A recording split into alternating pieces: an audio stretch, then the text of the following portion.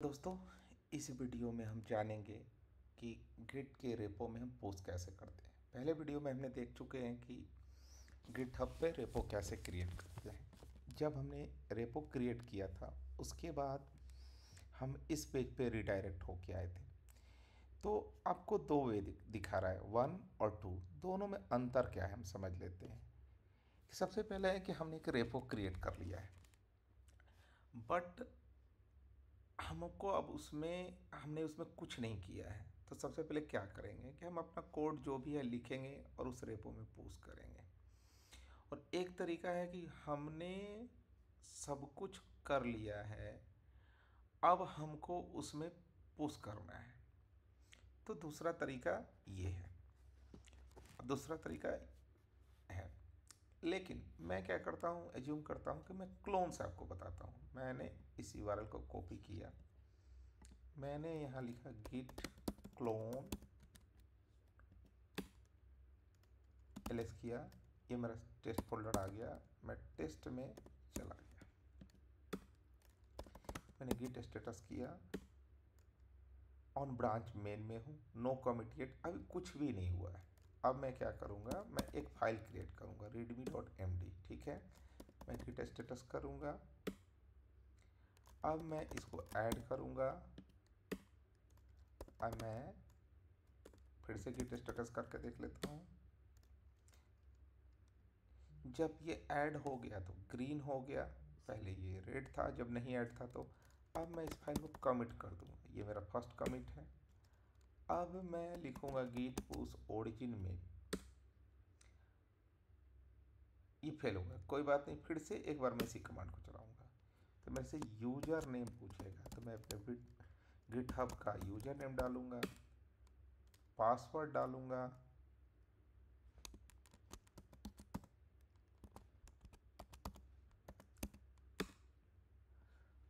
But ये post नहीं हुआ। क्या हुआ, support of password authentication was removed on August 13। जो पासवर्ड ऑथेंटिकेशन था उसको गिटहब ने बंद कर दिया है।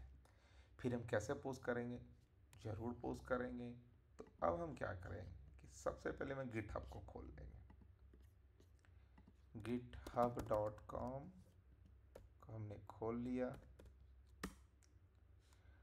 अपने सबसे टॉप राइट कॉर्नर पे जहाँ मेरा फोटो दिख रहा है, अवतार पे आइकन पे आप क्लिक करिए।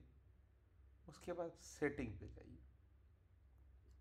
सेटिंग पे जाने के बाद आप डाउन स्क्रॉल करिए, डेवलपर सेटिंग में जाइए। उसके बाद पर्सनल एक्सेस टोकन वाले पे क्लिक करिए। अब आपको यहाँ क्लिक करिए टोकन क्लासिकल, इस पे क्लिक करिए। उसके बाद जनरेट न्यू टोकन, फिर पूछेगा, आप लिखिए जनरेट न्यू टोकन क्लासिकल। अब आपसे पूछेगा कि इसका नेम क्या है, मैं डाल देता हूँ टेस्ट है। अब एक्सपायर कब होगा, बेटर है सिक्योरिटी पर्पज से आप टोकन को छोटा डे के लिए रखिए, लेकिन आप कभी नहीं चाहते एक्सपायर हो तो आप नो एक्सपायरेशन पे करिए। मैं भी डेमो में 7 डे के लिए चूज करता हूँ। अब हर का मीनिंग क्या है, क्या क्या परमिशन देना चाहते हैं, आप यहाँ से पढ़ के दे सकते हैं, बट फिलहाल के लिए मैं सारा परमिशन दे देता हूँ।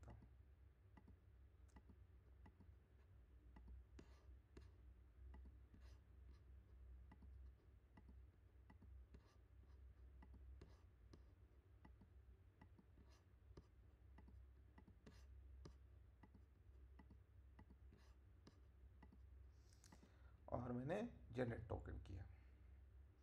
अब इस टोकन को आप कॉपी कर लीजिए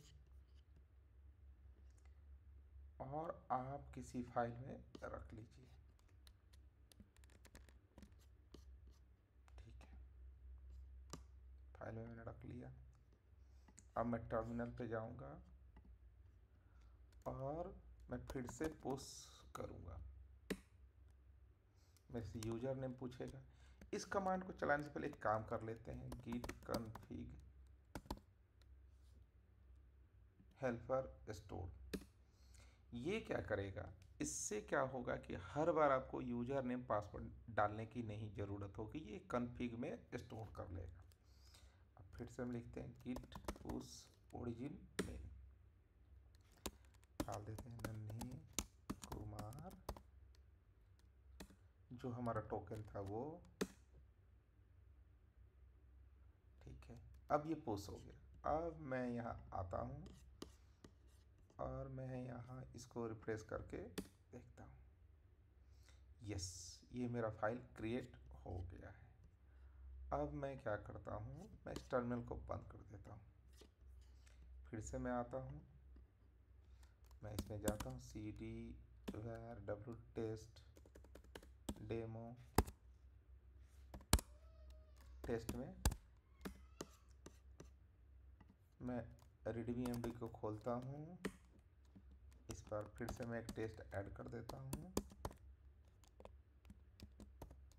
git स्टेटस करता हूँ तो आ गया git add git commit -m second commit git push। तो जो हमने ये कमांड चलाया था इसके कारण हमसे दोबारा बार वो यूजर नेम पासवर्ड नहीं मांगा उसने। तो हमने इसमें क्या किया, हमने इसमें प्रॉब्लम को सॉल्व किया कि अब पासवर्ड ऑथेंटिकेटर के बिना हम कैसे लॉगिन करेंगे। Thank you.